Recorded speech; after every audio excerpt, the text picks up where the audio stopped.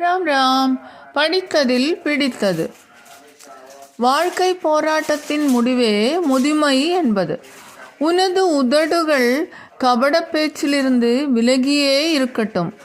போதும் என்ற மனமே பொன் செய்யும் மருந்து. சொர்க்கத்தை படைத்தது கடவுள், நரகத்தை படைத்தது மனிதன். சிலுவை சுமக்காதவன் மணிமுடி தரிக்க தகுதி படைத்தவன் அல்ல. தியாகிகளின் இரத்தத்தை காட்டிலும் புனிதமான பொருள் வேறு இல்லை. ஆடம்பரம் குடியரசை ஒழிக்கும், வறுமை முடியரசை ஒழிக்கும். அதேபோல் துக்கத்தை மறக்க செயலில் ஈடுபட வேண்டும். உயர்ந்த நேர்மையில்தான் அதிக பணிவிருக்கும். ஒவ்வொரு துன்பத்திற்கும் ஒரு நிவாரணம்